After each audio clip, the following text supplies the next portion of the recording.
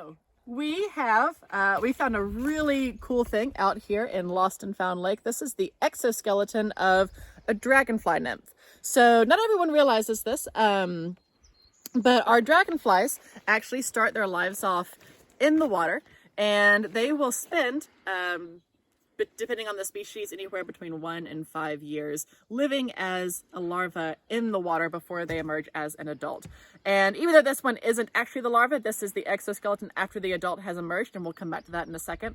There's still a lot of really, really cool adaptations that we can learn about from just the exoskeleton itself.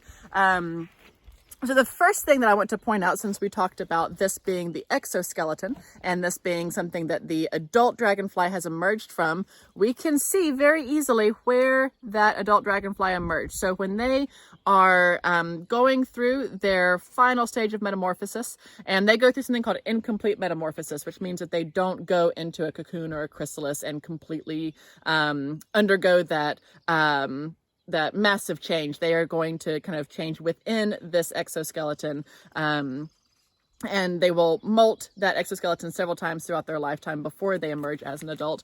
But this one, we can see that it's come out of that hole in the back. And then we can see a couple of different things. We can see these wing pads over here, and those little wing pads or wing buds are where all the material for their wings was stored. So it was all kind of crumpled up like plastic and kind of shoved back in there. And when they emerge from their exoskeleton, that those wings kind of unfold and extend and dry and become those stiff dragonfly wings that we're really familiar with. So a couple of things to look at on the exoskeleton that they have as a larva. One really interesting thing is they breathe through their abdomen. So their gills are located in their abdomen. This part right here would actually kind of open and close. And what they do is they will bring all of that water in, and they will run it through their gills and, use those gills to breathe. But then the water can also be kind of ejected back out really forcefully, and that is one of their methods of getting around. They kind of propel themselves forward like a jet. The other really cool thing that I love on dragonfly nymphs and adult dragonflies are predators. They hunt for other bugs, and they have this really amazing jaw that helps them hunt for the bugs. And I can actually open it up right here. So we can see this entire appendage right here is the mouth part, is the jaw of the dragonfly nymph. So they have this two-parted jaw.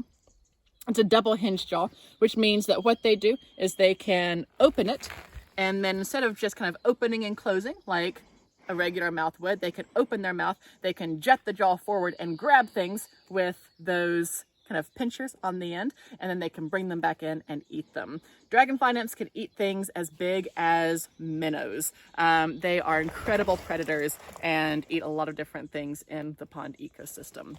So that's a little bit about our dragonfly nymphs that we can find in our freshwater ponds. So if you ever see exoskeletons that look kind of like this, they might be smaller, they might even be bigger.